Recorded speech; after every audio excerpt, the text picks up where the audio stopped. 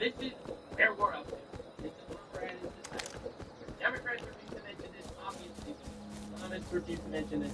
While editing, there was a shooting at the church. These days.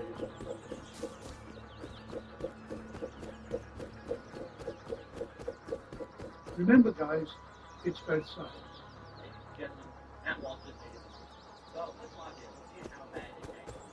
You are allowed to take. By the way, I'm sure this video is going to get even more desperate. These are where I get most of my history. I wish we could Charlie Kirk's bloody victim. And I urge every single one of you, if you're brave enough to do this. No one should kill this shooter. We all have to. We killed an innocent man for saying things they don't like. They must kill this shooter. Sorry, that's what we're doing. We are allowed to take control of our own country. We're allowed to say, no, you're not going to Islamicize our cities. No, you're not going to do that. This is America. Okay, I want to actually go back to Dearborn for a moment. Because we talked about Dearborn a little bit on the show recently, and I've been aware of Dearborn. I haven't really looked into it that deeply, but the more you look into it, more research you do what's happening in Dearborn. It is insane. I mean, it is mind-blowing. I think people don't realize, however bad you think it is, it's so important. And if you live there, you know this. But for people that don't live there, you might not understand just how bad it is. That Dearborn has essentially become an Arab state. It's a Middle Eastern Islamic capital, right in the middle of the American heartland. And for some reason, we've allowed that to happen. We don't have to allow it. We don't have to allow that, actually. The words do not work. Your titles mean nothing. I'm sorry. Your moves mean nothing. I need to make it clear. We are allowed to not allow that. But we did. And now the people of the city, along with all the other problems with living in a Middle Eastern Islamic capital, the latest, this is just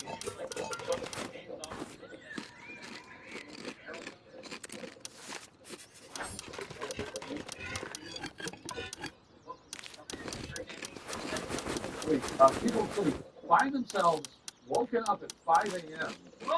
by the Muslim calling.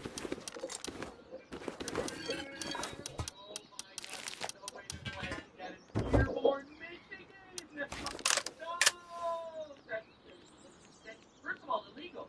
Wait, hold up, that's actually illegal. That's disturbing the peace. You're not allowed to do that. Right, I've watched it. But the mosques in East Dearborn are now at times waking us up at 5:30 in the morning.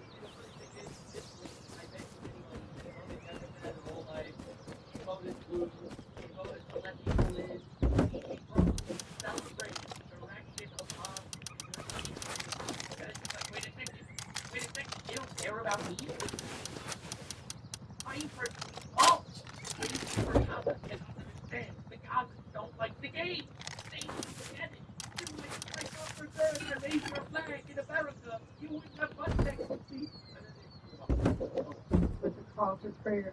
This is Dearborn resident Andrea Hunger at last night's City Council meeting stating that mosques using outdoor loudspeakers for their calls to prayer should not be allowed. Says she believes it's not supposed to be allowed per city ordinance. The noise complaints have been made out and the police have made numerous visits. What is the next step? I think you're with tears in my eyes. The suicidal empty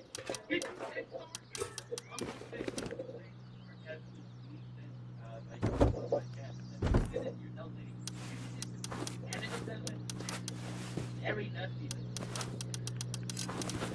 Again, I'm not thinking statistically, this is your fault. There was some question whether or not any outdoor loudspeakers are allowed. I think that was not clarified, only that more evidence is being provided.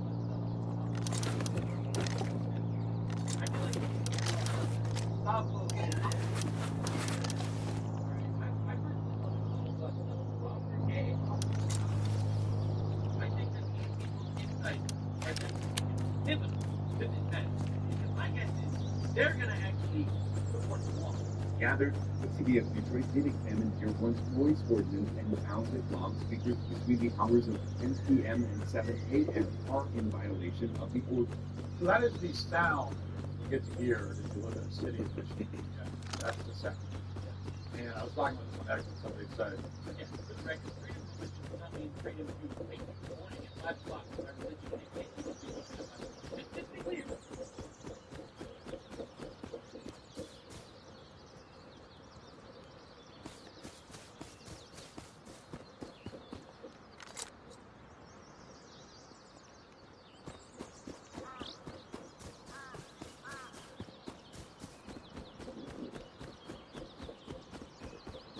Clear. Just to be clear, freedom of religion doesn't mean freedom of forcing people around them to cover their hair or they get their hands chopped off. That is not part of this, okay? All right, just to be clear. Right, it's all pretty common. Well, I live in the elected government of Dearborn, which is a Muslim government. What do you mean? You fool? You think that the wokies in Dearborn is Islamophobic and not most religious because they want you to Islamic prayers at 5 in the morning? You absolute fool! You know, what about church? What about church bells? You have a problem with that? If a Muslim calls prayer over the loudspeaker? But what about church bells? You got an issue with? Well, voted for the unfettered immigration. That's always a fact. Downfall of Western civilization. It's the same thing. Go back one to one. It's never good. Okay? I'm telling you this.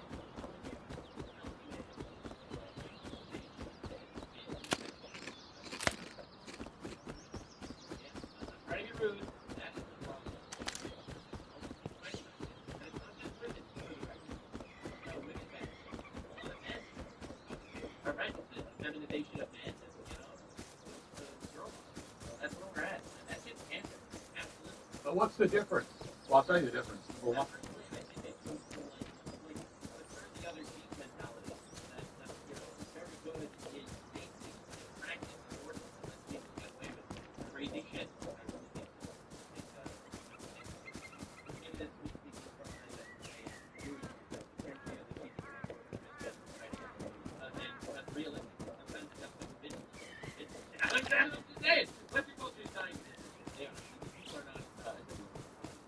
Church bells are much more beautiful. Number two, church bells don't ring Also, not the point. It's a matter of beautiful.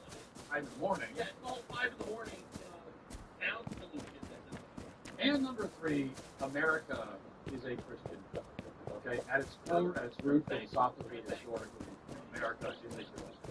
And so there is a distinct difference between being an American, like being in an American city and hearing a church bell is normal, it's good, traditional, it's what you expect. It's not 5 o'clock in the morning, but yeah, Hearing church bells are not nearly as loud. Okay, I've heard church bells. I've heard the call to prayer. I've heard them. They're not even remotely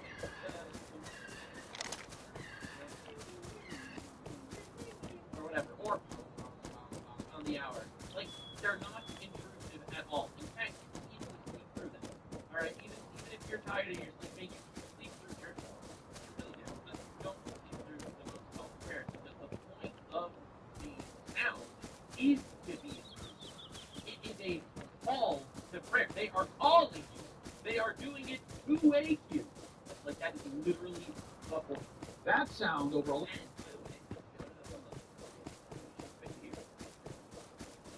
Loudspeaker coming from a mosque is not normal. It's not traditional. It's not American. It's just not. And now the city council president apparently conceded that the call to prayer, you know, the level that it's being blasted on the loudspeaker is violation of the noise ordinance in the city, in particular doing it at 5 in the morning.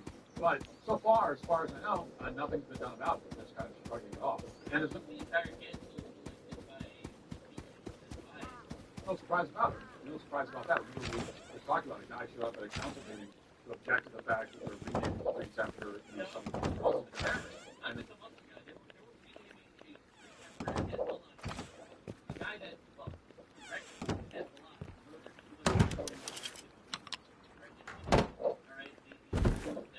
they should not be celebrated. They should not be celebrated anywhere. They have basic values. mayor of Blue yelled at the guy for complaining The guy, a Christian minister, and told him he's not welcome in Dearborn. That's how things are going. kicked him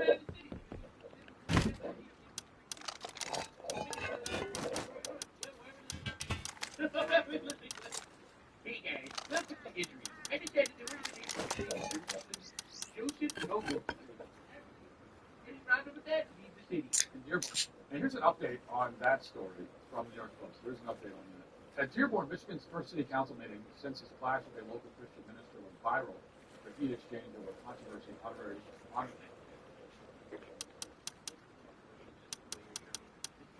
Bad at it. How dare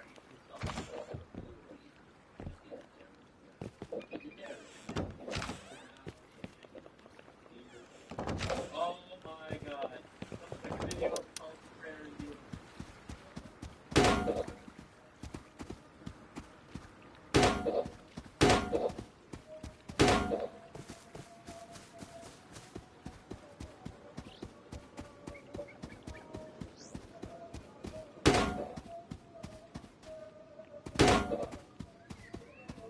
I can't believe this is happening in America.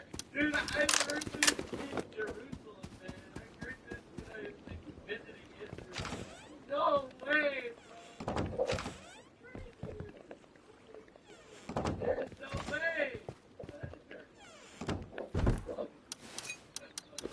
Anyway, here's the clip.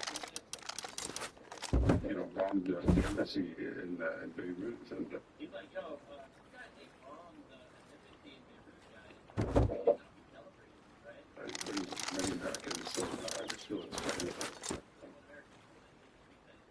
You understand? Although you live here, I want you to know as mayor. There's like, you guys, the mayor of the city, like, you know, like silver platters, the big one. We'll make them once again. Just like the four terrorists.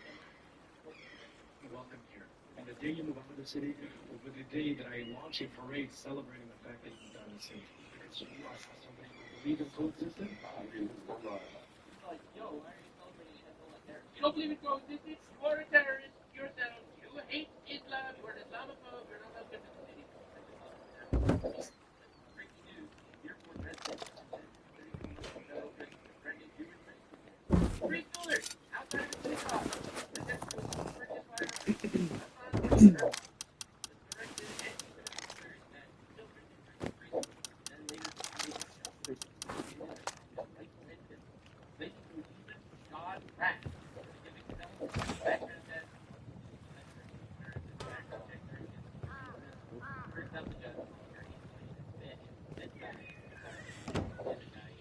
Michigan. Honorary controversial honorary street sign naming Mayor Abdullah Mahmoud declined to apologize for his saying the minister was not welcome here and that he was launch a parade when he left town. And also, so we got two problems. We have two problems colliding. Anyway, Ted Barham, the same Christian minister, opened his remarks at Tuesday meeting by eating Barham said, the mayor in a way cursed me, as was seen around the world. I would like to repeat what I said that day to you. God bless you. Barham said he would have no plans to file lawsuits by pressure with supporters. People have been saying I should do that all over the world. I have no intention of doing it, of filing lawsuits. Instead, he urged the council to consider his larger message.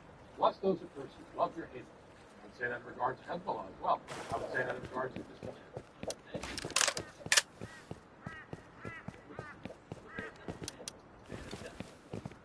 One, I would say Israel too. Love your haters. Okay. And also, if they're terrorists,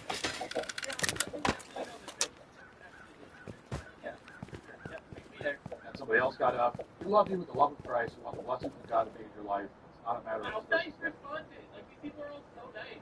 Oh my god. And then someone else speaking said, do you definitively ask the mayor, do you definitively, unequivocally by name, denounce Hamas, Hezbollah, with these supporters? So, the Christian citizen.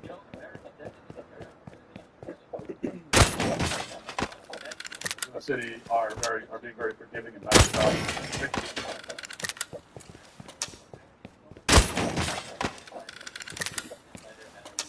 Wait,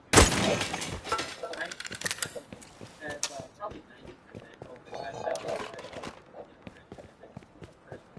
people want to destroy you, okay? Didn't Jesus flip tables and flip money changers? Like, bro, these people want to destroy you. Turn the other cheek. The other butt cheek and say that shit's wrong. Like, dude, this is crazy. Like, is up there. And, you know, and Shane, there is nothing in the Christian faith that requires you to think like that. Christian faith guy. But I do know that God demands justice. He does it every single time. When they invade, destroy them.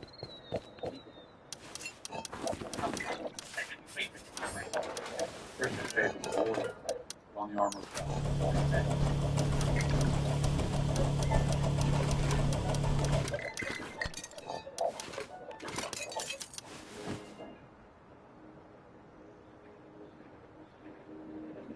Show me. The warrior. And that does not mean it would be Christian. There is nothing that requires you.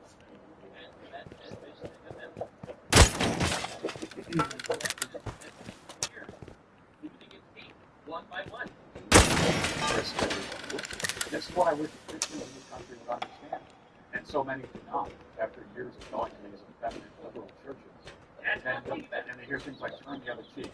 Okay, turn the other cheek, okay, was not an invitation or a command for you to be a wuss. It's not an excuse to be a coward. And turn the other cheek only ever applies to insults against you personally. That's the only time that we should ever be talking about turn the other cheek. It does not apply to offenses against your family, against your friends, against your country, against your faith. You should not be turning the other cheek in those cases. Turning the other cheek in those cases is not turning the other cheek, it's turning your back. It's a turn the other cheek, it's a turn your back on the people you're supposed to be loyal to, on your principles, on your values, on your faith, on your family. Didn't say that. Straight back. All right. I'm the best person, but I'm a humble man. All right. Don't be offended by their words. It doesn't mean let them use English to take over your name. David said to the Philistines, "You come against me with sword and spear and javelin, but I come against you in the name of the Lord Almighty. All those gathered here will know that it is not my sword or spear or save, that is give all of them." And then, for those of you that are unfamiliar with the story, David killed Goliath. For those of you unfamiliar, he killed that dude in single combat. All right, the help of the Lord. Don't get me wrong, Goliath was a fucking massive, bulky warlock. All right, and David was like a little guy with a slingshot, and he killed him. Right, even though Goliath was massive, he killed him in single combat. With the help of God, he fucking destroyed his enemies. And that's what it's all about, man. Sorry, dude. Sorry, man. Don't be cringe about it. Turn the other cheek means. Truth. I hate when I have like I have an atheist. I'm going to tell you what your faith actually is, right? So I don't actually I have zero interest in that shit. So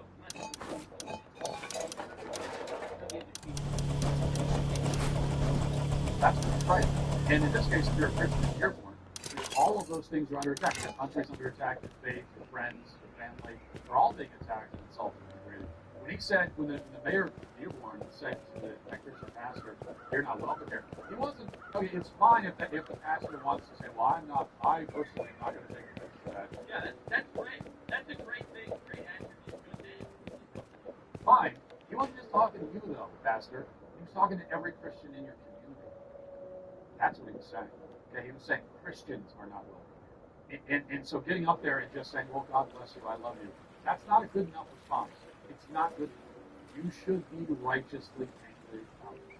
And you should sue him. That's justice. That is you defending your faith, defending your country. It is an attack not just on the individual, but on your faith, your country, your family. So no, you don't just forgive him and move on.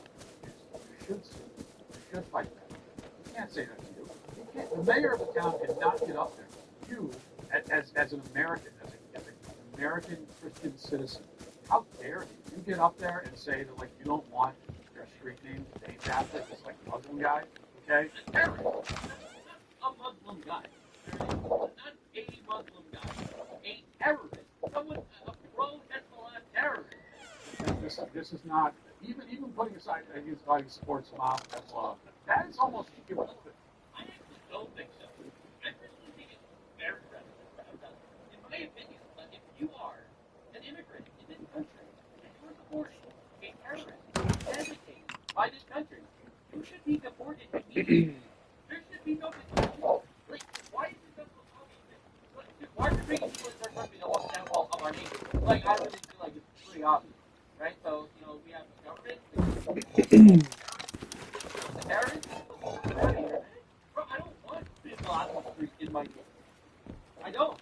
And I don't care how many leftist empathy votes. I don't want that around, man. Okay, what he's not an American hero. No, we're not going to have Omar Sublami in America. We're not going to have it. And you don't have the right to say that. And so how dare you stand up and say you're not culpable? He has no right to say that to you. As a public servant, he has no right to say that to you. And so I really get tired of this kind of response. I'll be a man. At a certain point, like being a man, at a certain point you got to get down in the mud and have this fight. Okay? At a certain point you got to get down in the mud and have this fight. So never being national preparedness on got me taking perfect dollars. I died. Rob is mad. I mean, to let him off. So why would he apologize? I mean, when you get up there and say, I forgive you, God bless you, God bless you, but I'd like an apology, mister. Why would he apologize? He has no reason to apologize. Now, maybe if you get up there and say, because again, it's like a perpetual. I feel like a lot of people have to and understand the weakness of large containers. If you act like a pussy, they will take you to and I really think that so many people are weaponized because Islam is not a cowardly religion at all. Right? These people are brave. Muslims are fighters. They will kill themselves for their God.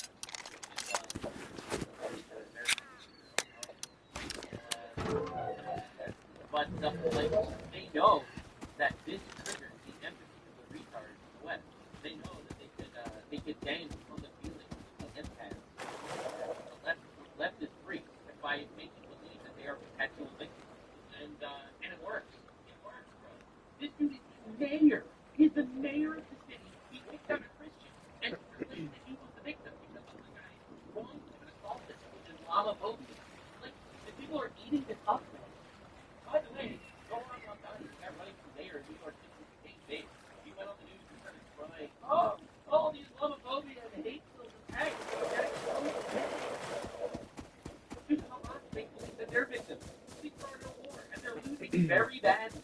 They refuse to surrender, and they make believe they're victims. Dude, this is insane. what? You know what? I'm gonna sue you in the ground. How dare you speak to me that way? I'm an American citizen. You watch your mouth. You don't talk to me that way. I'm gonna sue you. I'm gonna sue you into bankruptcy. Okay? I'm gonna haunt your dream for the rest of your life. I'm gonna come after you. Now, if you say that, maybe you get in the problem. And then maybe after you get the apology, maybe you could drop the ball. Maybe you could say, after you've gotten submission from this guy, he submitted to you, and apologize. If you know what these people are thinking, man, you know what this guy's thinking, and like, holy shit, what a pushover, guys. 1, 2, 3, 4, 5, 6, 7, 8, 9.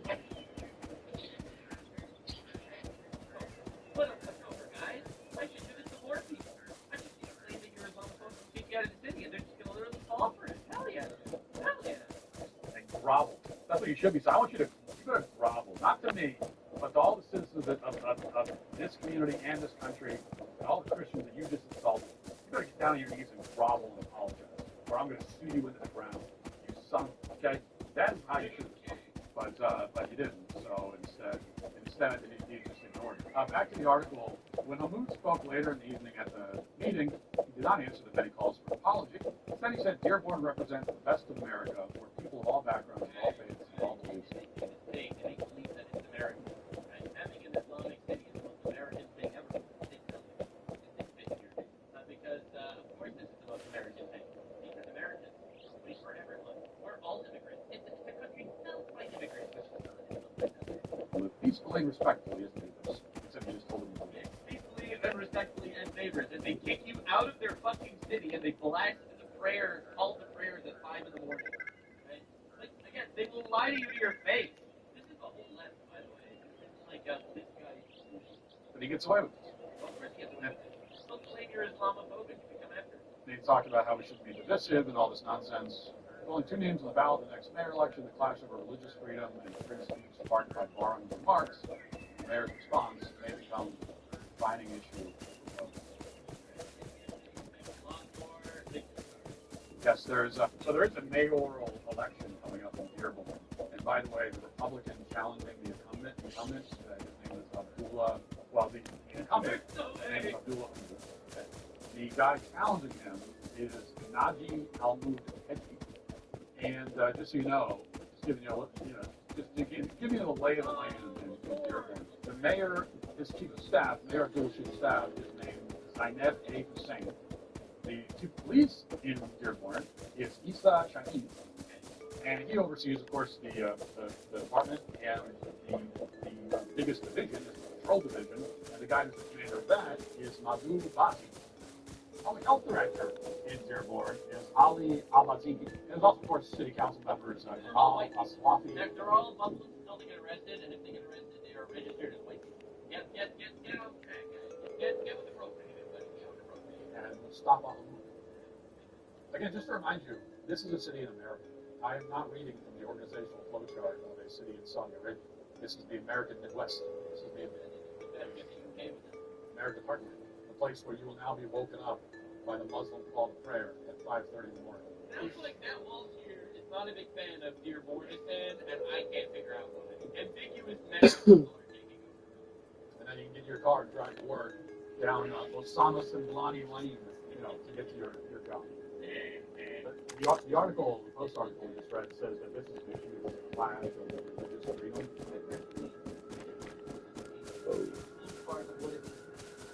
This is what it means to be an American, guys. That's what it is. It's being American. On the religious freedom point, I agree with the writer Patrick Casey, who posted on X yesterday. He said this: freedom of religion was a noble thing when it encouraged brotherhood from Europeans who spent centuries slaughtering each other over religious differences in the old world. But combined with mass struggle and immigration, I agree with the writer Patrick Casey, who posted on X yesterday. He said this: freedom of religion was a noble thing when it encouraged brotherhood from Europeans who spent centuries slaughtering each other in the old world. But combined with mass struggle and immigration, freedom of religion has yielded less noble fruits. Well, that is a very diplomatic and eloquent way of putting it. And the point is just irrefutable, really. Our founding fathers did not have this in mind. They did not have in mind that we... Freedom of religion means people in the country because, as a religious people, A, they're not allowed to violate the law, right? Religion, that's the separation of church and state. You can't say my religion dictates that I create the right law. So, A, you can't be planting music or making people on prison or stuff like that. So, that's one very obvious difference. And the other one is that you should allow anyone into your country, right? Not everyone should immediately be allowed into your country. If you're free of religion, you shouldn't be inviting other religions to per se. They do.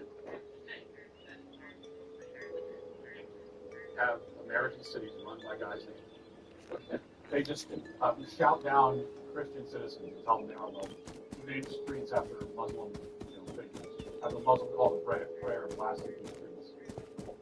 We're Muslim in the immigrant population. Muslim population outnumbers the American population. That was never the point. That was never intended. None of our founding fathers or anyone at that time who looked at America could have even conceived of something like this. It wasn't anywhere on their radar screen.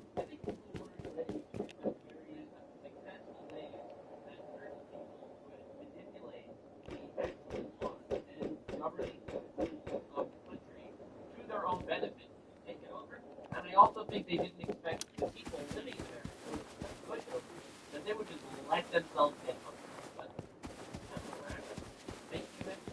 How many Muslims were in the country in 1791 when the Bill of Rights was ratified?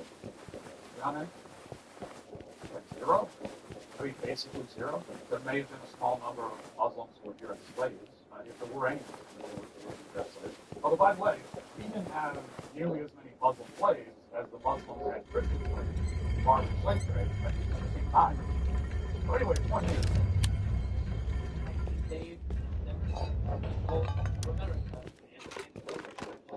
but anyway, that's kind of where we're at. A lot of people think that, hey, this actually might be a bad.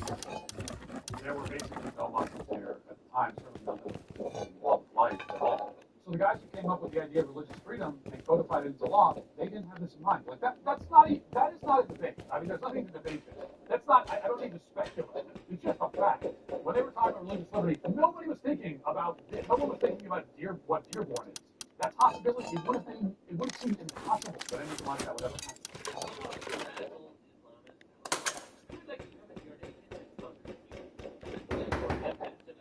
Well, we would love it if you would come to our nation. We also want more rights for everyone. The Unholy Alliance. People lining up with arch nemesis from the womb of arch nemesis just because they want to destroy the West. That's the They just didn't have Islam in mind at all. They knew what Islam was. Thomas Jefferson was a war with Muslims. But, James Madison, when he wrote the First Amendment, this is not what he was thinking. Religious freedom, as Patrick Casey said, what they were thinking is peace and unity among the various Christian denominations. And that's what the concept was meant. It was this is why it's so hard for people these days to understand what was going on and when we read founding documents and the letters and things that John Fox was writing. What people don't get is that this was a conversation happening among Christians. And that was just big. one thing you got to say about Matt Wall. Always making up the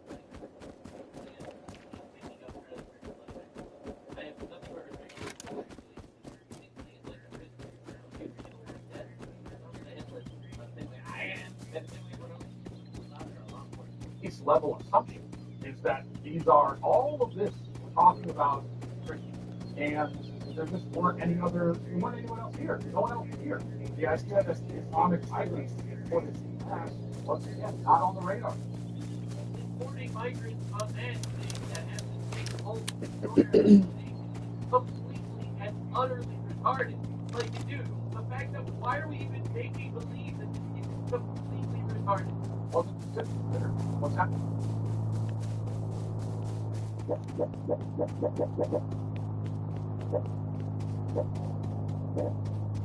Wasn't considered. What's happened in Dearborn, none of the founders of our country ever remotely considered that possibility. And if they had considered it, it's not of a proof. Religious freedom was supposed to allow Christians to live peaceably among each other, and now it's being used as a cudgel against as a Trojan horse to turn our communities into Pakistan. We don't have to allow this. Our founding fathers certainly would not have allowed it. We should not allow it.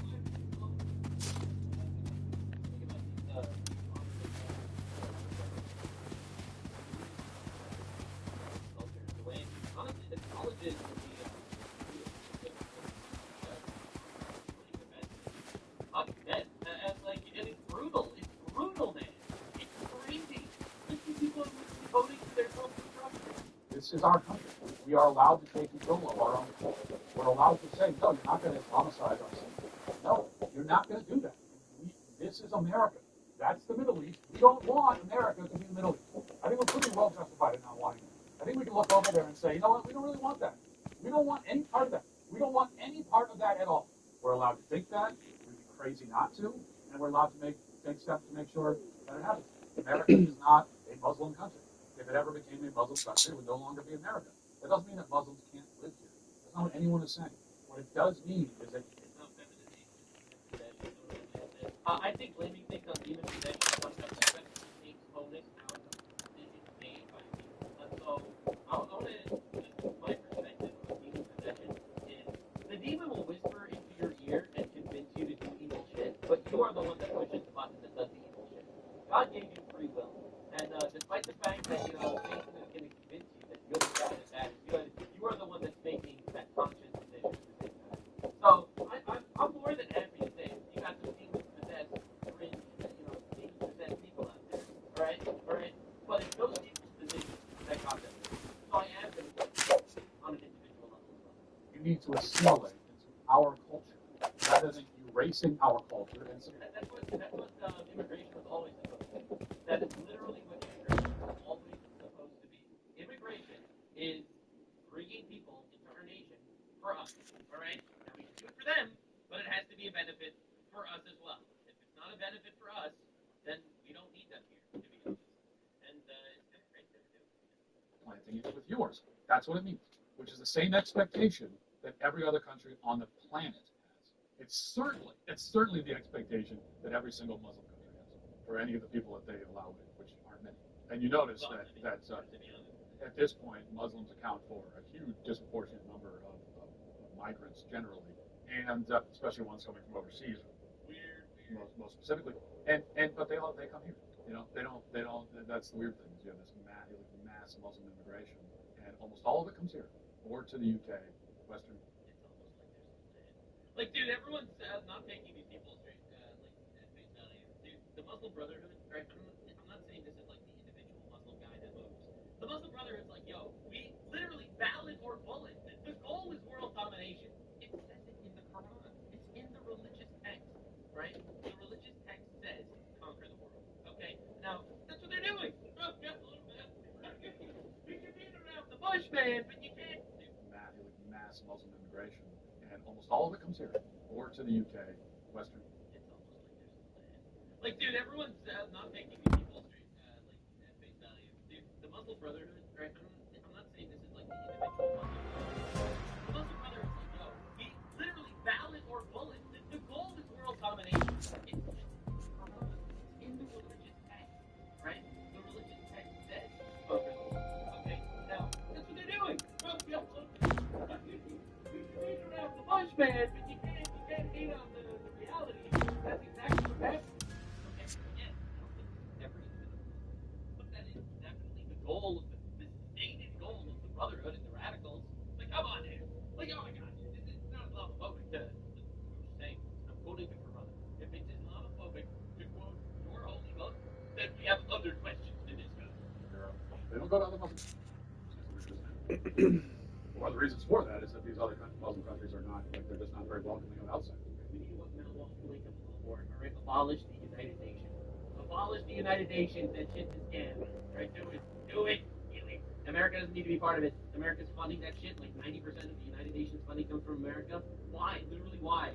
Fuck that shit. Sorry, man. Sorry, dude. And if they do bring you in, and that's the put it mildly. But if they do bring you in, yeah, you're going to assimilate to our. This is our country. This is our culture. I agree. They invite you in. Anyone important is just prepare for that. Maybe if you do, you need to assimilate to us.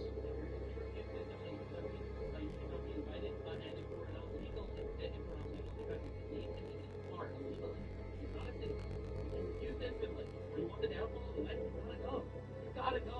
Revoke the green card. There's no reason why these people should be here. They want to destroy it. It's the same expectation you have if you let somebody into your house. You let them over for dinner. You invite them over for dinner. The assumption is that this is my house. I'll let you in. I'll invite you in. These are my rules. I have my way of doing things. If you don't like it that way, then don't come. Well, what is the goal of your right? If you consider that Mr. Walsh. This is the problem with the people, even conservatives, who still go around claiming that America is just an idea. When I ask what is an American, they say, well, citizens who read the Constitution and freedom and democracy. It's got to be answered. What?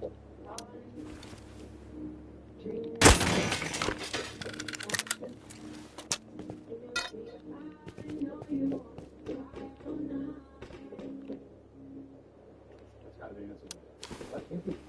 It can't be just why? Because of here. Because a city in Michigan has been converted into Islamic capital, and a city in Minnesota has been converted into no big deal. And many other cases, just like all across the country, these people who are doing this, they're legal citizens for the most part. Molly's Minnesota, Muslims, and legal citizens. And also, they will say, if you ask them, that they do love the country, and they do love people, and they do love their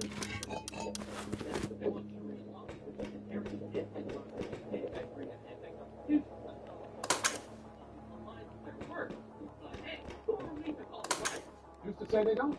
I mean, all that stuff allows you to come here and turn our communities into incredible enclaves. So I'm sure they do love it. I believe it. So does that make them Americans? If the entire country was just a lower than America's standard. And that really is the question. And I'm not even saying necessarily that the entire country will respect the years, maybe it will. Maybe it takes 75 years.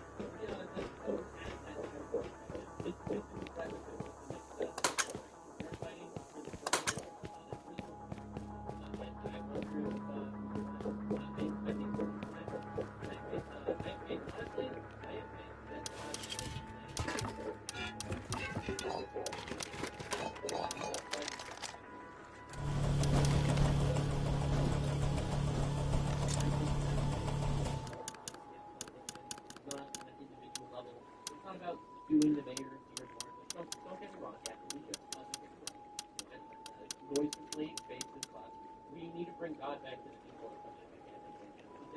biblical values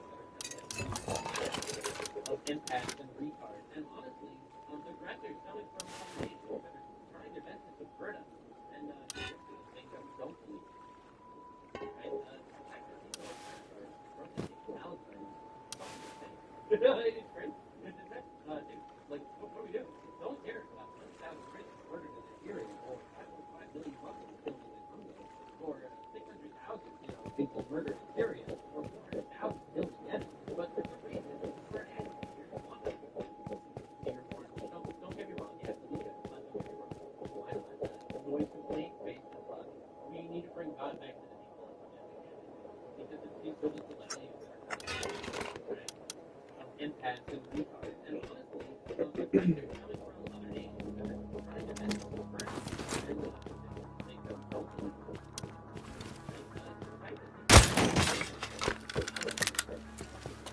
It's great. It's the fact, dude, like, what do we do? Don't care about 1,000 Christians murdered in Syria, or 5.5 million Muslims killed in Congo, or 600,000 people murdered in Syria. Like, what do we do? Don't care about 1,000 Christians murdered in Syria, or 5.5 million Muslims killed in Congo, or 600,000 people murdered in Syria, or 600,000 killed in Yemen. But for some reason, our ancestors want us to care specifically about that one thing. Because that one thing is anti-Western. It's anti-Western civilization. And people are falling to the crack on it. They accept not everything. Obviously,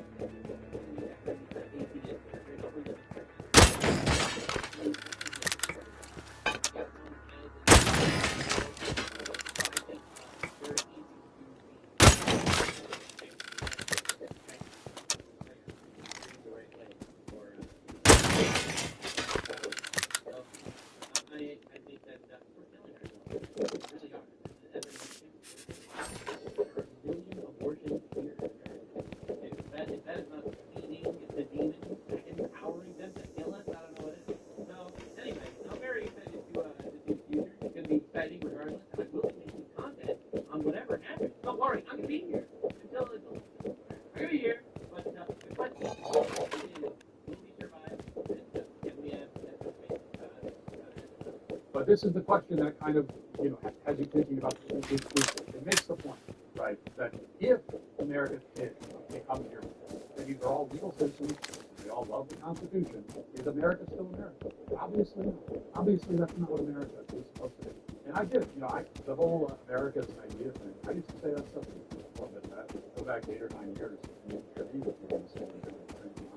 it's embarrassing now. But I did say it, I believed it at the time, but it isn't true. And I understand that it feels a bit jarring to give up on that line, to admit that America is more than an idea, and more than just a geographic area, and more than an economic zone. It's jarring because it brings with it all kinds of implications that you'd rather not have to deal with, but the implications are here, whether you want to deal with them. Just ask yourself and be honest, what if Dearborn is that America? Is that what America is supposed to be? Is that what you want? 100 more American cities turn into Dearborn, 500, 1,000. Is that okay? Is it okay with you? If you have children, you want them to grow up in Dearborn? No. No, you don't.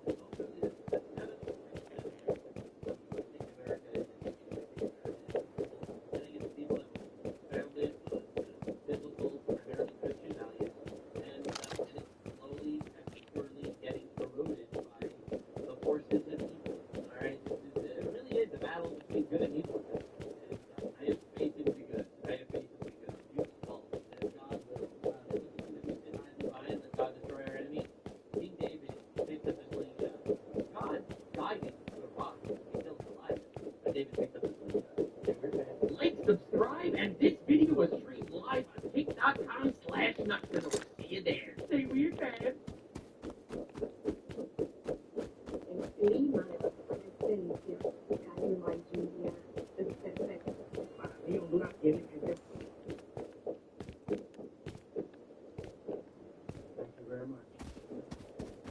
Much appreciated.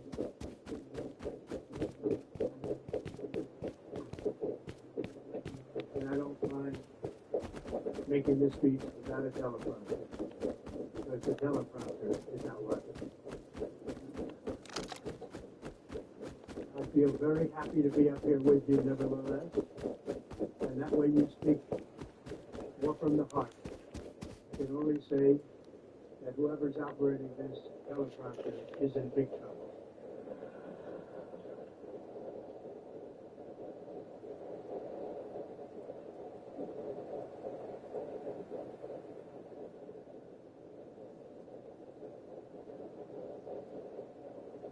Hello, Madam First Lady.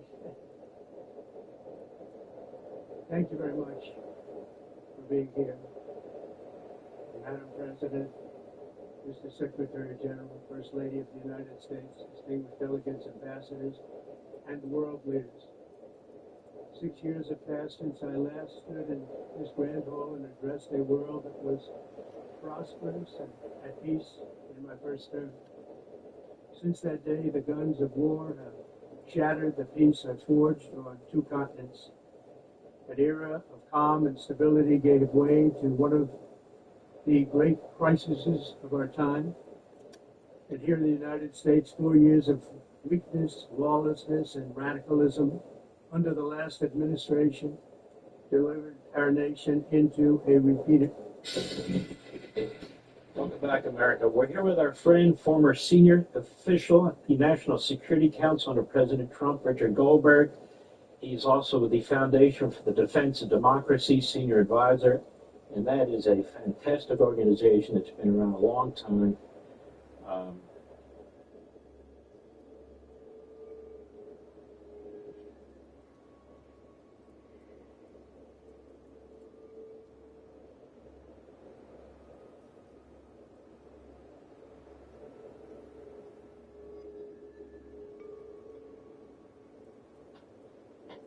Let's get into it.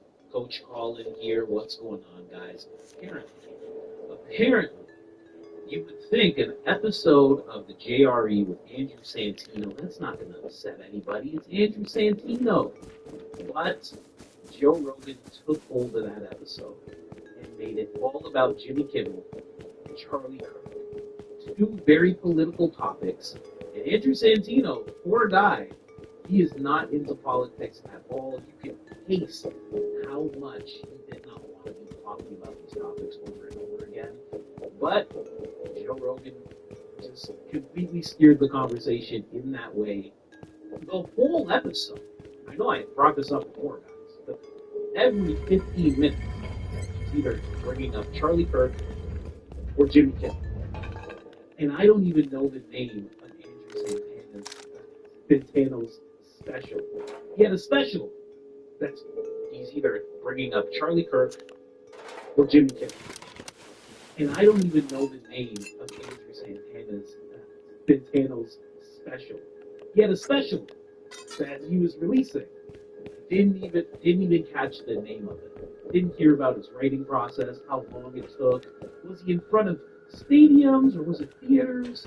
How did you decide to go about this one? Who was doing the editing? Was it you? Did you talk to Louis about anything? Who did you get your tips from? None of that. None of that came up. And somebody is very upset with what Joe said. Now, in the past 4 or 5 years, every time there's been someone upset about Joe Rogan, it has been somebody who has like a nose ring here, or maybe through the middle part there, or, you know, hair, various colors, you know, always bright colors, but for some reason they look faded. It's always one of those people. No, not this time. This time it's a hardcore conservative that is very upset with what Joe Rogan has to say. Let's hear what he had to say quickly, and then also hear what Joe Rogan said, and how it's all linked to how Charlie Kirk felt about Joe Rogan. Very interesting stuff. Let's jump over here. Let's listen to this. Yeah.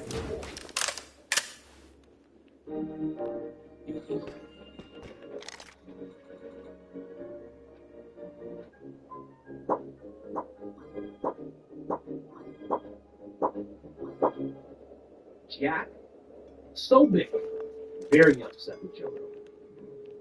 This isn't a both sides issue. The bullets are flying in one direction. They want you dead, they want your kids dead, they want your friends dead, they want your family dead. and bloodied. They will shoot your children while they're in church. They will shoot your friends who are trying to have a discussion, and they will celebrate on it.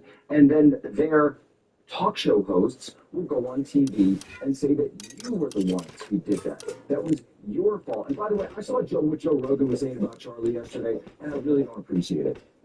This is like all boiling up with this Charlie Kirk thing and this Jimmy Kimmel thing. The Jimmy Kimmel thing is, unfortunately, what he was trying to do was just set up a joke. He was trying to knock on the MAGA people, but also set up a joke, which was good. It was very funny. Like when he showed the president's response to Charlie Kirk, the new ballroom they're building, and he said like the fourth stage of grievous construction. It's a fantastic joke. He said that's not how a grown adult reacts to the death of his friend. It's like a 4-year-old mourns the loss of a goldfish. Yeah, it's very funny. It's a great joke. He was trying to set it up. Yeah. But he set it up in a way that, like, okay, you're saying something that's actually factually inaccurate according to the narrative. Now, let's be real clear. I don't necessarily think they know what's going on yet. There's a lot. I'm just going to say that right now. I really don't appreciate it. Charlie cared a lot about Joe Rogan. Now, this is what Charlie had to say about Joe Rogan. He said Joe Rogan did more for liberty and the good of humanity than almost anyone on the planet, including God bless Joe Rogan for his courage. Then another tweet here where he says, number 2 on Apple Podcasts, thank you. I'll happily be second to the vote of Joe Rogan. So that was Charlie's podcast hits number 2. And he was very happy about that. He was very happy to be next to Joe Rogan. I think we all be very happy to be next to Joe Rogan. It's a great signifier. It pretty much means that you're number 1, but Joe Rogan still exists. And it's like that's great. So that's all I got to say about that. So he was pretty upset about that because of how Charlie Kirk felt. Now, the thing about it is, I understand. I hate to admit that on the left, but I see what Joe's saying. I see what Joe's saying. But it is not. This is not a both sides type of thing. That Kirk's having. This is not a both sides thing. It's really. You can just see the string of what's been happening, even how it's ramped up the past few years. It's not both sides. It's one side doing this, and the other side saying, please law and order, and then law and order steps in, and the other side says fascism. And then when law and order calms down, the other side goes wild, and then the right goes, okay, law and order again, please, and then the other side screams out fascism. I mean, that's exactly what happened to Jimmy Kimmel. When Tucker, I talked about this before, Tucker, Roseanne, multiple people, whether it's Russell, all sorts of people getting all sorts of suppression, and they just go, well, good, they deserve it, good call. Jimmy Kimmel himself, good call on firing Roseanne for a joke, yeah? And then it happens to Jimmy, and all of Hollywood is like, oh, politicians, we're going to do this, we're going to do that, and Joe Rogan even jumps on the boat and talks about Jimmy Kimmel and spends 3 hours of the podcast. It's not a both sides. But then also I see what Joe Rogan saying. I don't think the joke was funny. Yeah, he likes the guy. That's the thing about Joe. He likes a guy. He's going to say it's funny. He's going to slap the table. He's going to do that whole thing. That's how he is for his people, man. You need a want a friend with him, you know? It's just, it makes some people upset. I don't know. I listened to the whole episode. I listened to it a second time today. I don't really feel like he said anything disrespectful to Charlie at all for this guy to be like, oh, I didn't care for what he had to say. He laughed at a joke that Jimmy Kimmel said in the movie. I mean, let's be honest. Jimmy Kimmel doesn't write those jokes. He does the show too much for him to be sitting down with the writers. There's 10 people writing jokes. He literally just gets the jokes on the side.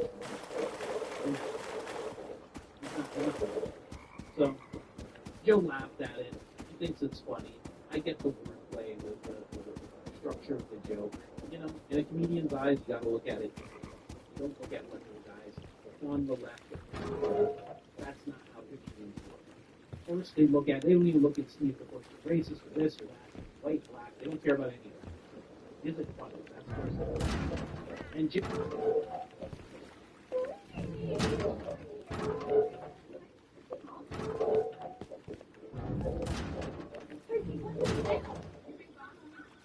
Is it funny? That's first and foremost. And Joe, you know, despite what people might think about his own career, he stays safe. I don't know. It's interesting. You know, I've made myself clear. I have no problem with this happening. It's bad. You know, I've made it very clear that people that are dividing society to drop of that. But Jimmy Kimmel actually came out. The show came out. It's going to have very terrible ratings because they've lost out of the 234 stations. I know that doesn't sound like a lot in comparison to numbers, but they used to get 1.1 million views an episode.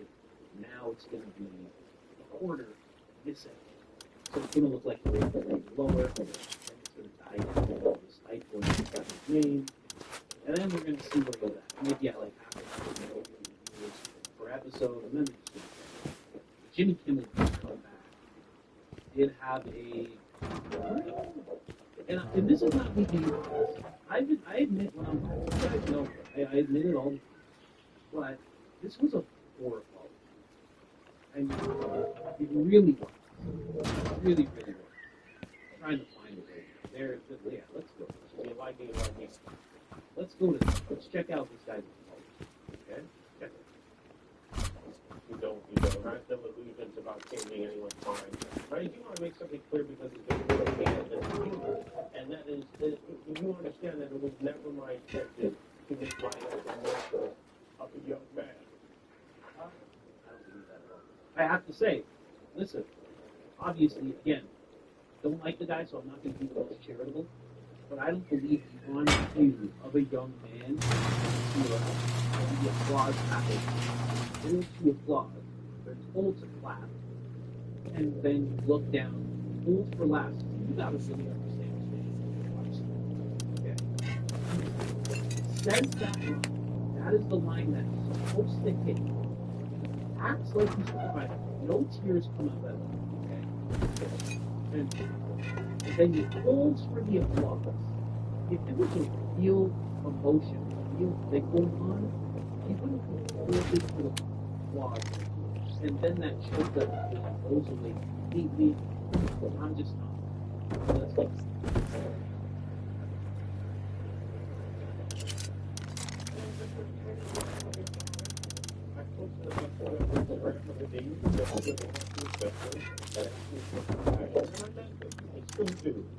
Nor was it my intention to blame any specific group for the action of what it was obviously a deeply disturbed individual. That was really the opposite of the point I was trying to make, but I understand that to some that felt either ill-timed or unclear, or maybe both. And for those who think I did point the finger, I get why you're upset. If the situation was reversed, there's a good chance I'd have made, but I understand any specific thing about it. If it was a holds for laughs, see, you got and you tear up to say, and that is, if you want to check it out. If you don't, you don't. I have no illusions about changing anyone's mind. But I do want to make something clear because it's important to me as a human, and that is, if you understand that it was never my intention to make light of the murder of a young man. I don't believe that at all. I have to say, listen, obviously, again, don't like the guy, so I'm not going to be the most charitable, but I don't believe the on cue of a young man, you tear up, then the applause happens, which they're told to applaud, they're told to clap, and then you look down, you hold for laughs. See, you got to really understand this movie. Okay? He says that line. That is the line that's supposed to hit. He acts like he's crying. No tears come out. Okay? You can just get choked. I understand. But then he holds for the applause. If it was a real emotion, a real thing going on, he wouldn't be holding for the applause. And then that choked up feeling goes away completely. I'm just not. But let's keep going.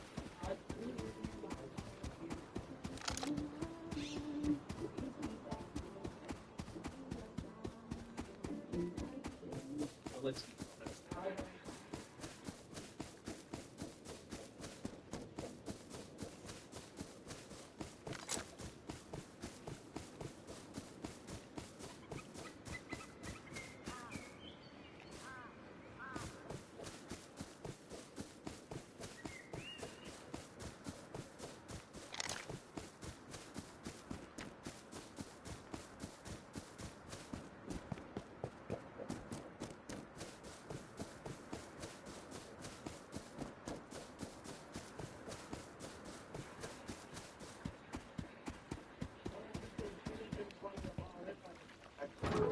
Instagram with a name that says he loved his family and asked him for compassion, and I meant it. I still do. Nor was it my intention to blame any specific group for the actions of what it was obviously a deeply disturbed individual.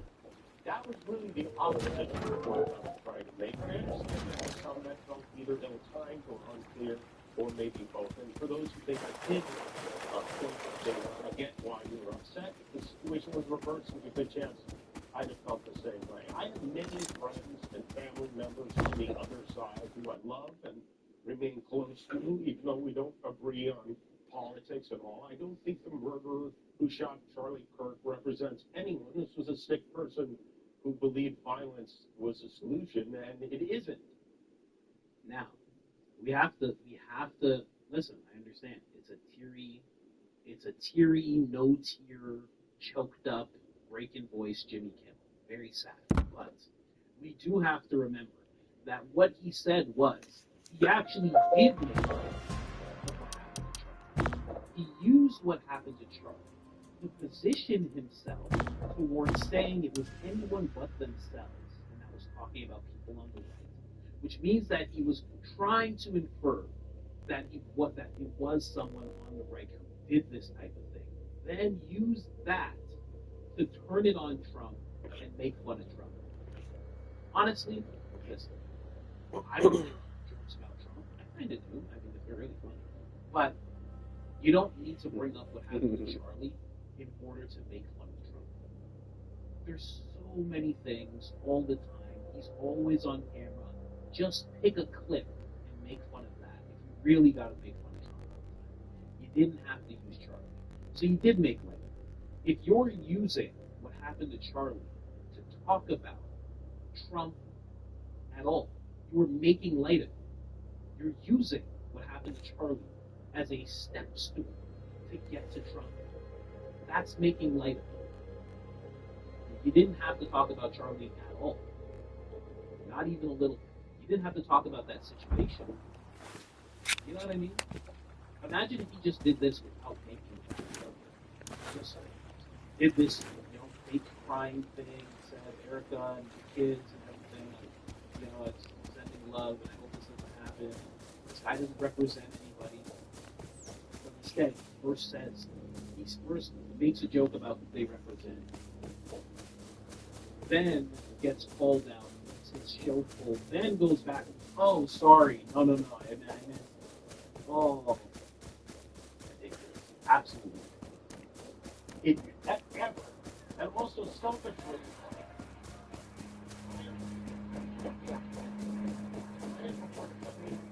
gets a lot of threats. I get many ugly and scary threats against my life, my kids, my co-workers, because of what I choose to say. And I know those threats don't come from the kind of people on the right who I know and love. So that's what I wanted to say on that subject. But I don't want to make this about me, and I know this is what people say when they make things about them, but I really feel this show is not important. What is important is that we get to live in a country that allows us to have a show like this.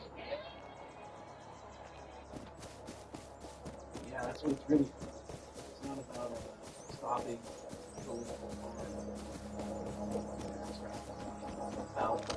about the millionaires using their opportunities and having them subsist off of tens of millions of dollars. That's what it's about. I agree. I agree 100%. They're using their opportunities and having them subsist off of tens of millions of dollars for the rest of their life. That's what it's about. I agree. I agree 100%. I have often said that the things that are going on, someone brings up Kensington, Philadelphia, people losing land and stuff like that. They bring that up, and I say, but what about Elon? What about Elon? Is Elon okay?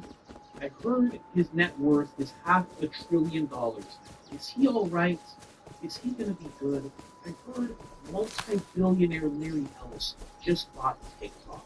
Is he handling that well? Oh, I really hope so. They're mad at Peter. Peter's still talking about being. Oh my God! Yeah, that's what it's really. That's what it's really. Being able to make money, saying jokes that you didn't write, jokes that aren't even funny. That's what it's really about. Dividing and conquering. I think we can all agree. Looking back the past 20, 30, maybe even 40 years, what really matters is that we're divided and conquered. And the people who do the dividing must be protected. We all know it's true. We all know it's true. What would we do? What would we do without someone to divide, conquer, and enrage us? You know? I'm not interested in utopia. I don't know about the rest of you. I'm really not interested in that. I'm actually waiting. What is it? It's September. I'm waiting for another rise in black versus white. There was that little bit of black versus white really quickly, but then that died down. I'm hoping that rises back up. Like, is there a debate we can watch or something like that? I need somebody to do blackface or something. So I'm not buying it. If you can't tell, you can't tell. It was also a non-apology. Let's be honest. It wasn't a real apology. But, you know, Patrick Bet David crushed. It's like, you're sending me apology tonight. I again. El sazón de Nicaragua sabe calor, queso y a felicidad. Cuando uno muerde una pupusa, miles de sabores. Y hambre. Esto es bueno. Si tuviese que escoger entre mis tacos y mi marido, lo envuelvo en una tortilla y así me lo como. Mi comida favorita de los italianos, de mi mamá y los tamales de Madrid.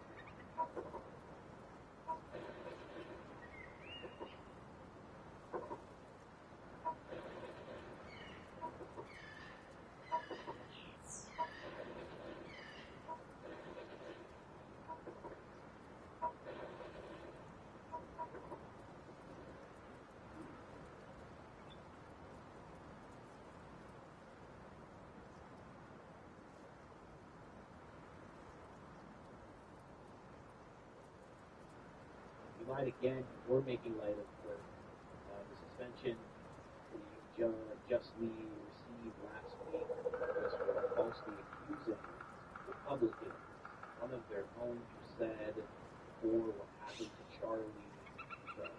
And Patrick Bet David actually said something very interesting. He said, you know, like, that was very nice, Jimmy, but how about you have Erica on the show and you make amends that way?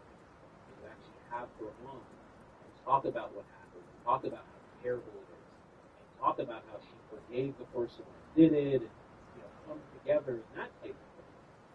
So Patrick Bet-David asked for Jimmy Kimmel to do something like that. Let's see if Jimmy actually receives the call. But again, going back to Joe, a lot of people are going to be upset about what Joe had to say. But, and that's the thing.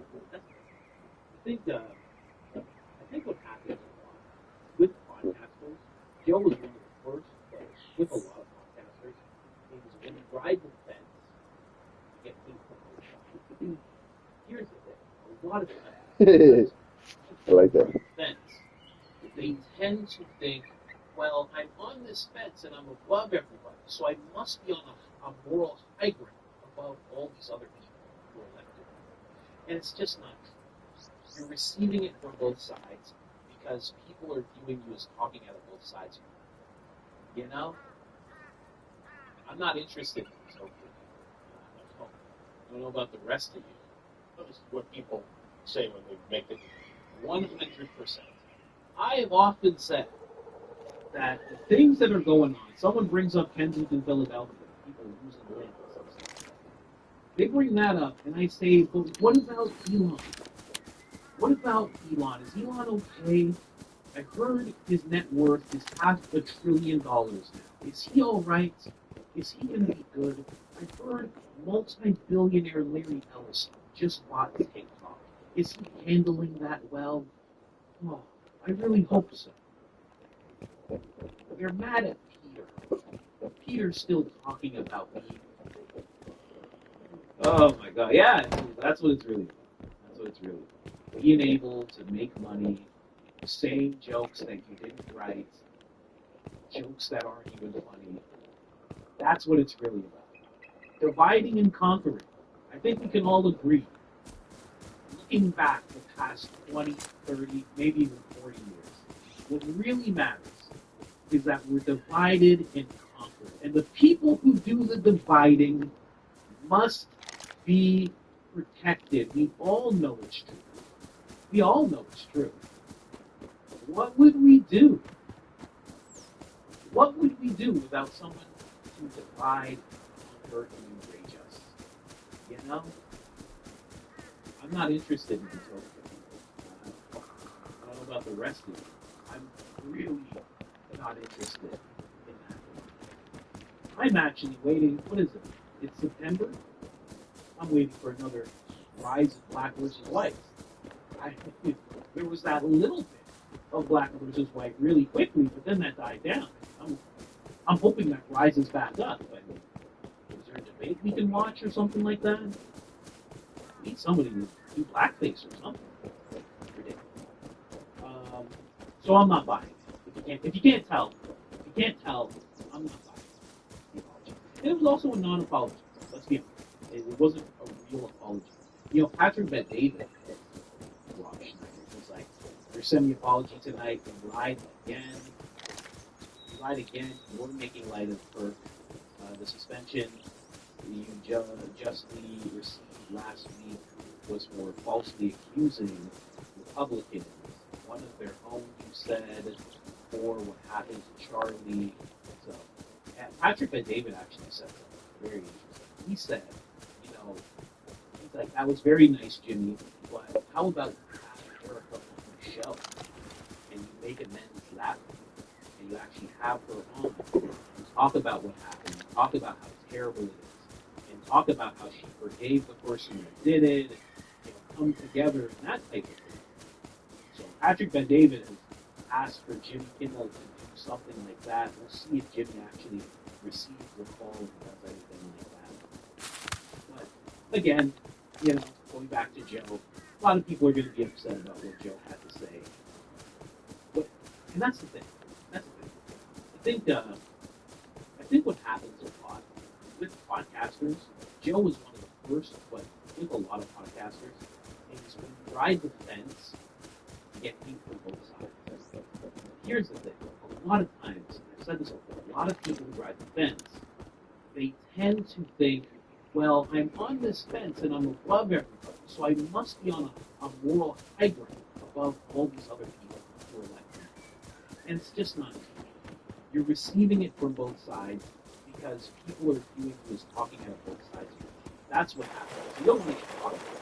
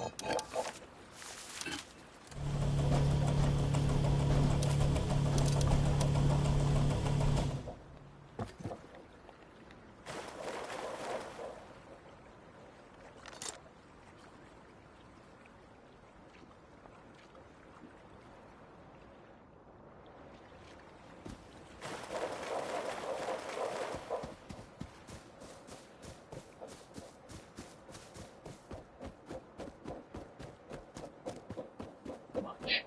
And it's just inevitable. It's inevitable. You don't want to take a side. That's why, quite honestly, even if someone's on a side that I don't agree with, you can respect it a little more, because at least they've, in theory, done enough research that they say, no, this is the side that I want. Okay, you know, a little more respectful. Someone that kind of tries to be on one side and be on the other. That's why Charlie was so amazing, because he was solidly on one side, but he would often reach out. His career was based on reaching out to the other side. Let's talk about this. Let's see if we can agree on things. And if we don't agree, let's parse out why we don't agree, and let's see who actually has the better credits. And I think that's the way to do it, honestly. Anyways, guys, just wanted to bring that to you.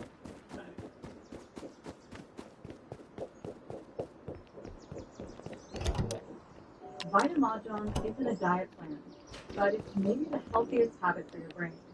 Feed your mind with fun and focus every day. No Wi-Fi needs. No annoying. Free to download. Vitamaggion, trusted by 20 million users. Rated 4.9 stars. 100%. People say, well, you left the Democratic Party. You know, the party left me. You know, people within the DNC say I left the Democratic Party, but I feel like the Democratic Party left me. Let's get this straight. It's not me who's changed. It's the left. Hey there, friends, fans, and foes that is America. John over here, and I thought we would take this Friday to talk about, well, the differences.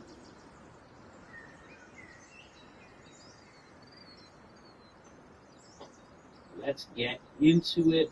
Coach Colin here. What's going on, guys? Apparently, you would think an episode of the JRE with Andrew Santino, that's not going to upset anybody. It's Andrew Santino. But Joe Rogan took hold of that episode and made it all about.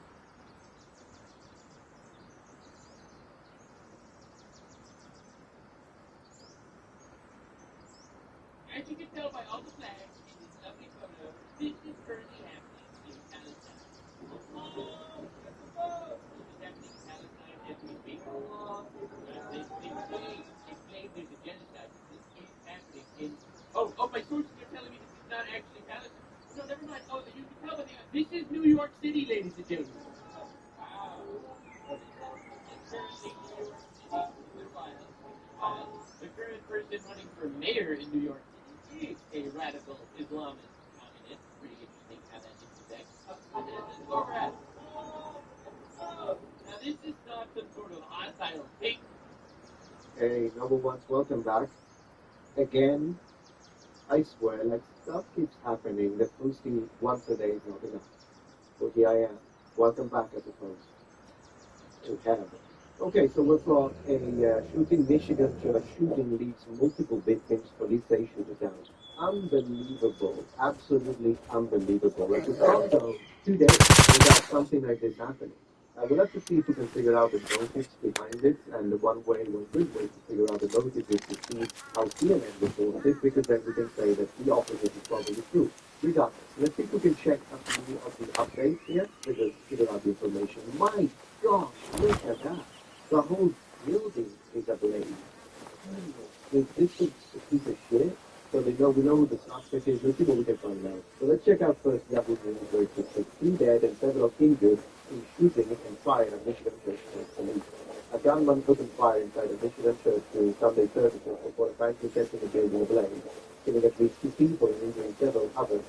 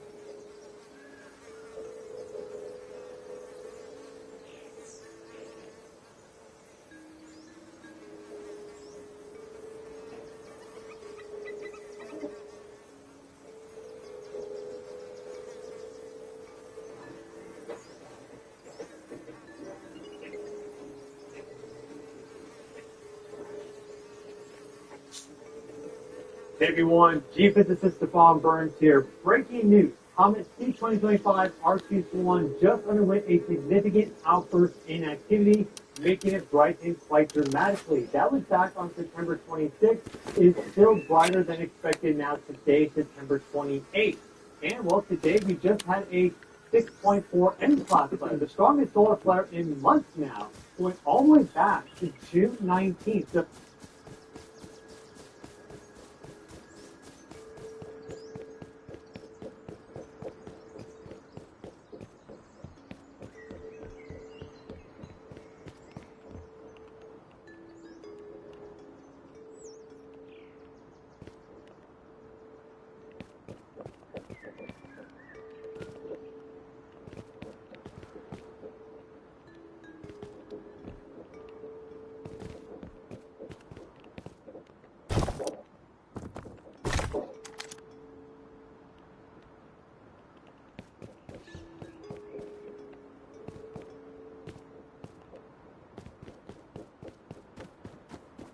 So solar activity certainly is ramping back up in solar cycle 25 maximum. And here's what's so interesting about all this. We had 2 nova explosions light up our night sky, causing there to be a wave of extremely highly vibrational X-ray and gamma ray light radiation. And then, well, just a few days later, on September 26th, we get this outburst of activity from Comet C-2025 R2 Swan, and then less than 2 days after that, from the exact same vector angle direction on the sun, we get the biggest solar flare that we've had in months, a 6.4 M-class flare that does, in fact, launch a coronal projection out towards the Swan comet. So that is the energy progression that has been unfolding.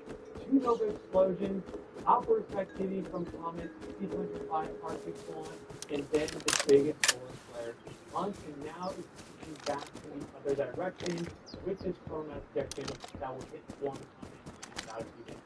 The Swan comet is going to be closest on October 21st at only 0.25 astronomical units away. The same day we have that superior conjunction with interstellar object 3I Atlas. That'll be 3I Atlas, the Sun, the new Moon, and then the Earth. So there's a very unusual geometry being set up for October 21st. The other interesting thing about that is that both 3I Atlas and the Swan comet are very close to parallel to the ecliptic plane, which is the plane that all the planets in the sun are on, and that's where the solar wind flows out. You have this heliospheric currency. All the electromagnetic dynamics really are confined to the ecliptic plane if we're talking about the inner solar system. and more. That's where the majority of accidents happen. Well, they're very closely aligned to it, and on October 21st, both of these objects are going to be right in the meat of it. This coronal mass ejection will sweep by one comet, and after that, we don't know what's going to happen, because look at the tail on this comet. It is more than 2.5 degrees across in the night sky. So if you are outside and you're looking at the full moon, that is 0.5 degrees for reference. So this comet is a very large structure, just at least as seen from Earth. And we see that there's often tail disconnections when you have a coronal mass ejection sweep by a comet. It can also cause the tail to ripple. And what we effectively have is this nucleus here with this comet of rock and ice and dust, and there's volatiles that are outgassing, and so you now have dust surrounding this, you have some gas surrounding it. Because there's gas and dust in space under the radiative influence of the sun and also the ionization ability of the solar wind, we now have a complex dusty plasma. It's called complex because it's really difficult to model. All of a sudden, plasma, once you include dust into the equation, because the dust grains take on charge, and then it discharges this plasma behind the comet, and what we see time and time again is that when comets or interstellar objects get close to the sun, they seem to trigger significant solar activity.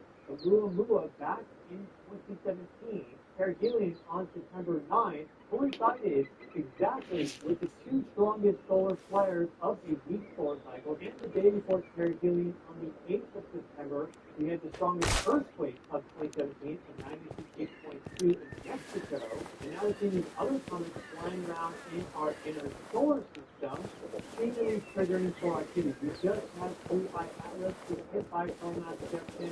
We're going to have the Swan comet here get hit by coronal mass ejection in just the next few days. It's really interesting to see what happens with its tail. Maybe it's rising even more dramatically as it gets closer and closer to Earth. That's the thing. It already did its perihelion, its closest approach to the sun back on the 12th of September, but now it's going to be getting closer and closer to Earth. And so if it is forming a connection and a resonance with the sun, then anything that the sun launches out towards it will get closer and closer to the Earth as it gets into the middle of October. So that's what we'll dig into in today's video.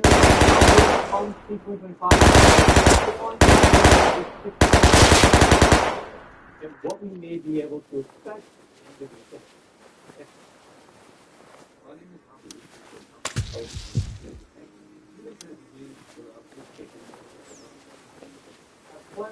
And what we may be able to expect in the future. In my mind, the most important thing here is the relation between all these events. And so let's just link to our orbit viewer provided by the Sky Live for this one comet.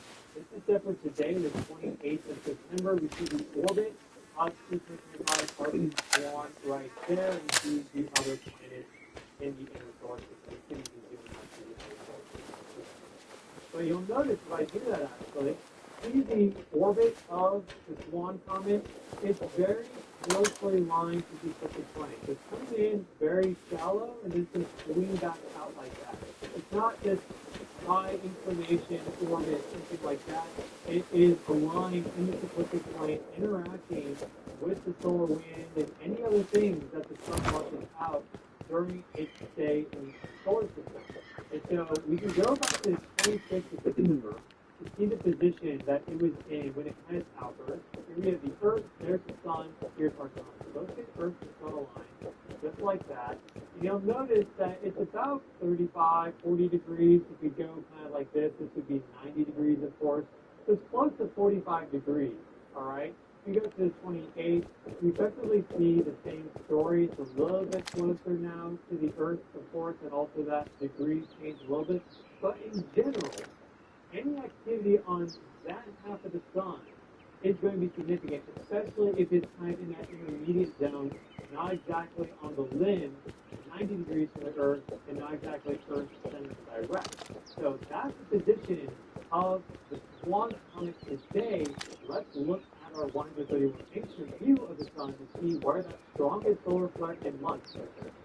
And here we have our 131 angstrom view of the sun, which is really great for allowing us to see solar flares, which we have not been having many over the past week. There's only solar flares occurring, but really the intensity of them has been quite low. You may have seen that flash. That was today at around 8:30 a.m. Universal Time, September 28th. This goes all the way back to the 26th. And I said it back to the 26th because solar flare activity was low the first half of the day. Then it started to ramp up. You'll see activity from both sides. That big flash right there was that 6.4 M-class flare.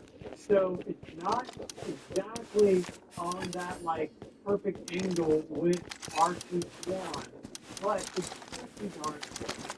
So we have this zone on the sun right there releasing the biggest solar flare that we've observed in months, and it's launching a coronal mass ejection out into space, which is almost certainly going to be by this comet. Check out that photograph. And here we have our latest photograph imagery for the past 24 hours. This is looking at the sun right there. They put this disc over it so it's blocked out. So you can see the outflowing of solar wind and more, also like these solar storms that are launched. And this is 32 solar radii across. That's FYI. So look right here. There is that coronal mass ejection launched from that 6.4 M-class flare. And so this is 32 solar radii across. That's FYI. So look right here. There is that coronal mass ejection launched from that 6.4 M-class flare. And so it's not being launched towards Earth. If you have the solar storm launched towards Earth, it kind of expands out like this on this photograph. It's called full halo coronal mass ejection. You also have partial halo, where a little bit more of it is skewed towards one side. But in general, it's kind of going like this towards the Earth. But it's going off this side, that's indicating that there's an angle to it. And that lines up exactly in time, right here with the quad. Right there lines up exactly in time with that 6.4 M-class flare, which gives us quite a bit of confidence that it is from that event. It lines up in the photograph, the angle, and also with the time. And it's also a bigger solar flare, which is something that you generally need, not always, but generally need for a big coronal mass ejection. Which, if you want to simplify, it's really just a big wave of plasma that the sun sends out into space. It's a coronal mass ejection because it's an ejection of mass from the solar corona, the outermost atmosphere of the sun, where there is a bunch of very highly vibrational and high temperature plasma. So this is a little bit of education lesson there for you. But this is launching out towards this Swan comet, which already underwent an outburst in activity and is still brighter than normal. Let's look at the light curve. And here we have our latest apparent magnitude brightness observations for comet C2025 R2 Swan. You see our simple fit there with that orange line, which is basically just creating all the different data points. You see that it used to not be as bright. So the higher this number, the less bright it is. And each increase by one, going from 8 to a 7, is 2.54 bright. So you start to stack that up, and it actually becomes like quickly. So down here, it's just outside visual range. It's not that hard to pick up with a telescope at these apparent brightnesses, so you're not going to see it with your eyes. But once you start to get to this range of about 6, well, now you maybe can see it with some binoculars, especially if you have good viewing conditions. Well, look at what happened. We have basically all of our observations fit this line very nicely. It's getting brighter and brighter as it gets closer to the Earth, which makes sense. It just is perihelion, well within the inner solar system. It's going to be a bright comet. Well, look at the jump. All of a sudden now, going from this expected apparent magnitude of 6.5 all the way to the highest value here, which is 5.7. And today is 5.8. So that 5.7 there was taken on the 26th. You see that right there. Now the 28th is only gone up 1. So it's basically staying just as bright as it was during this outburst of activity. And the timeline, again, I just find it fascinating that you have this comet, it's close to the Earth, but also close to the Earth, undergoes an outburst, and then less than 48 hours later, you have the biggest solar flare in months, effectively exactly in line with that comet, which then launches a coronal mass ejection at that comet, how's it going to interact with that? What's that going to trigger next? That's kind of the unknown. And then the bigger story in all this is the fact that, again, it's going to be the closest to Earth when we have that very interesting superior conjunction with interstellar object 3IL. This product here is not an interstellar orbit. Flying in from deep space, but it's not at a orbital trajectory or velocity that indicates that it is of interstellar orbit from, maybe 10,000 light years away or something like that. But it's clearly interacting with 3ILS, the Earth and the Sun, to set up a bigger electrodynamic circuit around October 21st. 3ILS is behind the Sun, has very large, complex density plasma shell around it. We'll be calling it a coma. It's more than half the size of the Sun. It's getting bigger and bigger as it travels into the inner solar system. It is just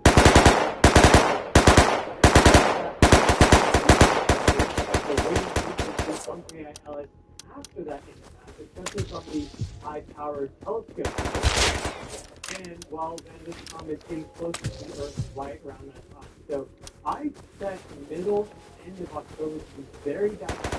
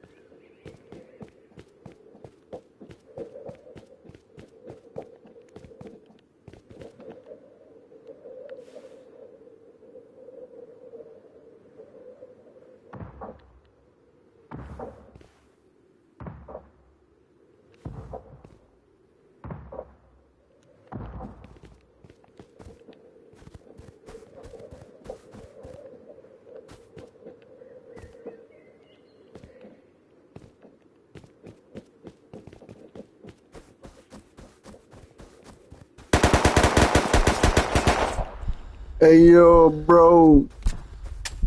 Good shit.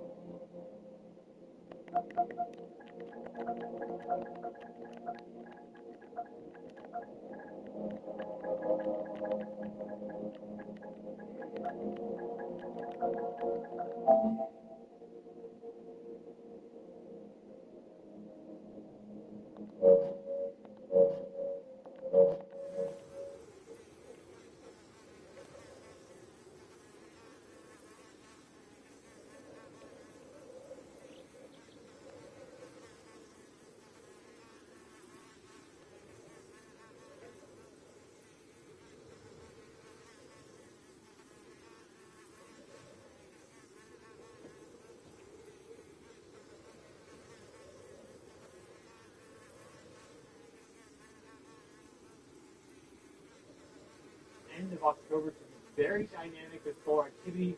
So what we are seeing now is really just a prelude to that. But we can see how solar activity has been increasing just over the past 7 days by looking at our X-ray flux.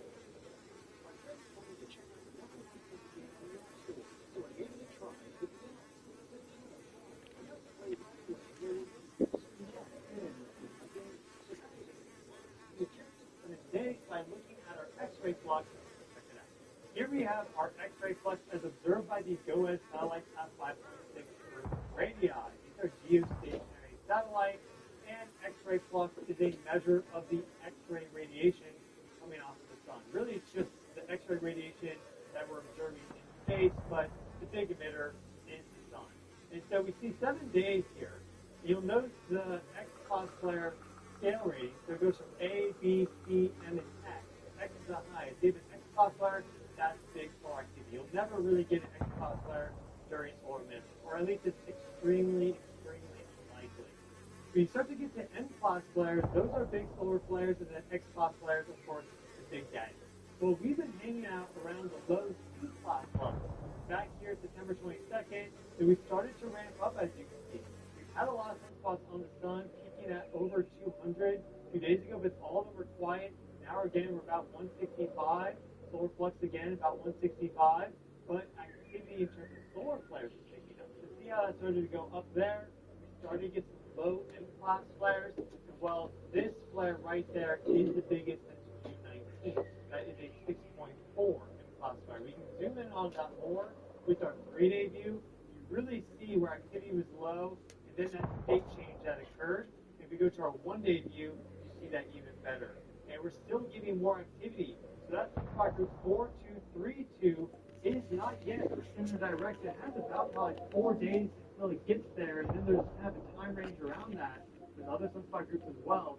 So we could be looking at some solar activity headed towards Earth in the days ahead, depending on how this sunspot group evolves and whether it continues to do flares like this. This is a fairly short duration one. Sometimes you get these really long duration solar flares. Those are ones that really launch coronal mass ejections out, especially big, powerful ones. This is a quick blip up and then back down. Still strong enough though to launch a coronal mass ejection out towards one comet. How that's going to interact with that is the big thing. And just to show you the more zoomed out light curve for the Swan comet, here it is. You'll notice that when it's far away from the sun, it's very, very dim. But when it's near perihelion, it gets quite bright. So that perihelion is already past September 12th, but now we see that actually defined this trend. And look at how it's following that expected curve pretty closely, and then boom, went up. That's that outburst. Now, it could go back down, right? It's an outburst. Often they have an outburst, and then they just resume normal activity.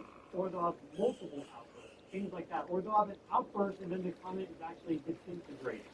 It does not survive that much further out because the pressure of it getting so close to the sun causes it to collapse. Bigger comets are less likely to do that. This comet seems to be quite large because it has this tail behind it greater than 2.5 degrees. So clearly it has a lot of material, gas and dust and plasma to eject out behind it, and now has this outburst. It's sustaining that outburst for more than 2 days now, and that may continue. It may defy this expected light curve, and now have to get recomputed to actually count for its actual brightness. And if it's expected to get brighter and brighter into October, which is the case already, then this should be visible to the naked eye in mid-October or when it's closest to Earth. And that angle that it will reach on October 21st is not that far off from the angle that the Earth and the Sun has. So if we continue to get more solar flares and solar storms launch, perhaps because of this comet and or the others, then we could be in for quite a shakeup this October in terms of solar. And we can have one more layer into all of this, which is that this 6.4 MCOS flare, the strongest that we have in months, does come just days after those two nova explosions in our night sky. That was V7994 Sagittarius and then also V1935 Centauri. And, well, what is a nova explosion? It's a big outburst of light and energy from a star or a binary star system, and we see a lot of X-ray light and also a lot of gamma rays from those nova explosions. This is a big-step fire detector, and so the solar system got hit with a wave of extremely high-intensity, highly vibrational light. Then we see this outburst from the comet. We see the solar flare from the sun. It really just goes to show you how everything's connected, not only here on Earth, but not only here in our solar system, but even the edges of outer space, how these sort of celestial events can trigger changes here on Earth as well. That is why I'm so interested in interstellar object reaction, because we don't know where it's coming from, we don't know what it is, we don't know its history. We know that even like molecules that are critical to life, like DNA, amino acids, all of those are created and maintained in space. It's a big unknown, and we get this crazy planetary geometry to line up on the 21st with that object. So I will keep you up to date every step of the way. Thanks again for watching. I've been your Mr. Paul Burns. If you want to stay up to date on what is happening with the Earth, the sun, the cosmos, and more than this is the channel. We go into earthquakes, volcanoes, and what's happening geophysically with the planet, also weather and more, solar activity, space weather, planetary resonances, planetary geometry, and these celestial events. Bring that all together and add in a dash of consciousness. So hope to see you around. We're on the road to 500K. We're about to blast past that. Make sure you subscribe before we zoom past that target. And then we're on the road to 1 million. Whoa. And if you'd like to get some merch, we have that available at earthevolution.com/store. The